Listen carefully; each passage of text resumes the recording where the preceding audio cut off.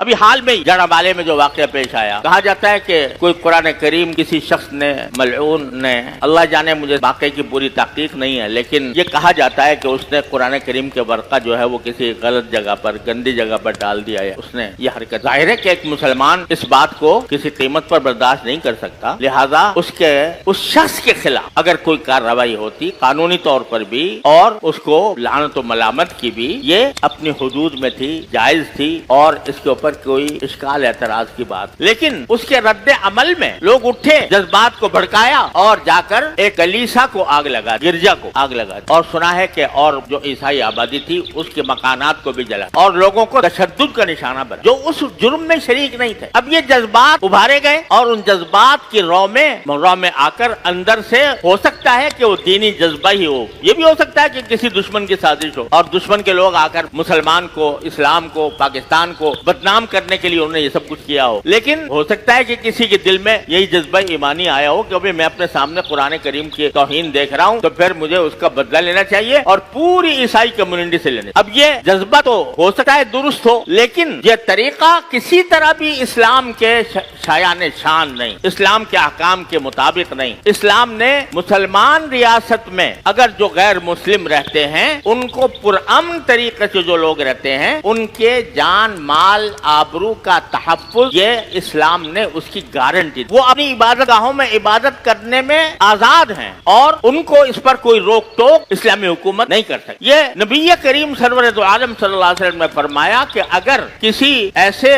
غیر مسلم کو جو ہمارے ساتھ معاہدے کے ساتھ رہ رہا ہے، اس کو اگر کوئی شخص، اللہ تعالیٰ نے اس کے جان و مال کی، زندگی میں اس کے جان و مال اور آبرو کی حفاظت کا ذمہ لیا، جو شخص اس ذمہ داری کو جو اللہ نے لی ہے اس کو اس کی بے حرمتی کرے گا، یعنی کسی غیر مسلم کو جو پرامن شہری ہے اگر کوئی نقصان پہنچائے گا اس کی جان کو، اس کے مال کو، اس کے آبرو کو، تو فرمایا کہ وہ جنت کی خوشبو بھی نہیں سونگے گا، وہ شخص فلا یرح رائحۃ الجنہ، وہ جنت کی خوشبو بھی نہیں سونگے گا، کیونکہ اللہ تعالیٰ نے جو غیر مسلم شہری ہیں ان کو اس بات کی اجازت دی ہے کہ وہ اپنے مذہب کے مطابق عبادت کرنے میں آزاد ہے۔ حضرت فاروق اعظم رضی اللہ تعالیٰ عنہ نے پورا ایک عہد نامہ، جب بیت المقدس فتح ہوا تو اس وقت پورا عہد نامہ ایک لکھا تھا اور اس عہد نامے کے اندر آپ نے یہ سارے غیر مسلموں کے حقوق اس میں بیان فرمائے تھے۔ ایک مرتبہ حضرت فاروق اعظم رضی اللہ تعالیٰ عنہ ایک شخص کے پاس سے گزر رہے تھے جو یہودی تھا اور وہ بھیک مانگ رہا تھا، تو آپ نے پوچھا بھائی بھیک کیوں مانگتے ہو؟ کہا کہ بھائی کہ میرے پاس پیسے ہی نہیں ہے، میرے پاس اتنے گزارے کے لائق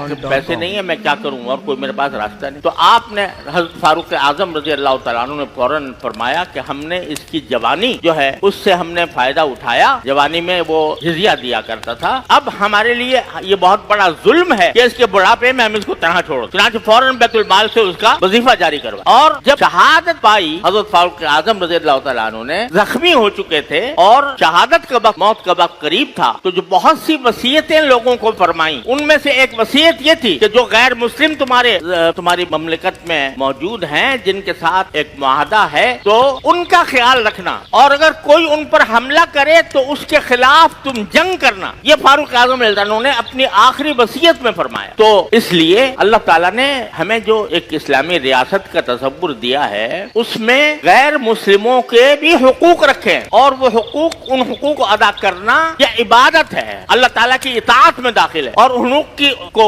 پامال کرنا یہ اللہ تعالیٰ کی ذمہ داری کے پامال کرنے کے مرادف ہے۔ لہذا کسی مسلمان کے لیے جائز نہیں ہے کہ جو پرامن طریقے سے رہتا ہو معاہدے کے تحت، جو غیر مسلم، یہاں تک کہ فتاوی عالمگیری میں لکھا ہوا ہے، فتاوی عالمگیری آپ نے نام سنا ہوگا، جو فقہ کی بہت اعلیٰ درجے کی کتاب ہے، فتاوی عالمگیری، اس میں لکھا ہے کہ اگر کسی غیر مسلم کو کافر کا لفظ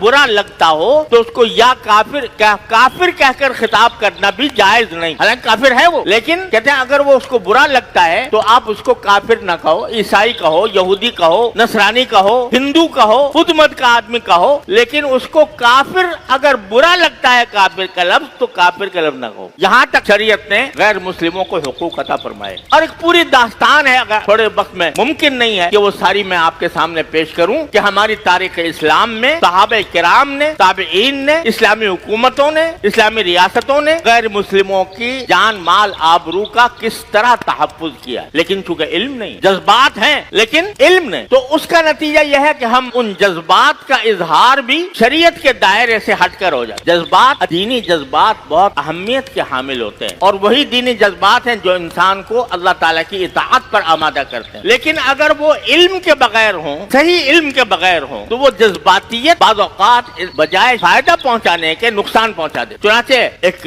مزاج جذباتی یہ بن گیا کہ جو ذرا جذبات کو ابھارے، اشتعال انگیزی کرے، اس کے ساتھ لوگ لگ جاتے ہیں. یہ پتہ نہیں کہ وہ ہمیں صحیح راستے پر لے جا رہا ہے یا غلط راستے پر لے جا رہا ہے. وہ ہم شریعت کے دائرے میں کام کرنے کے لیے لے جا رہا ہے، شریعت کے خلاف کام کرنے کے لیے لے جا رہا ہے. تو جذبات کی رو میں بہ کر وہ دین کے صحیح مقاصد سے دور ہو جاتا ہے. کھلم کھلا سرکار دو عالم صلی اللہ علیہ وسلم کے ارشادات کی خلاف ورزی کرتا ہے.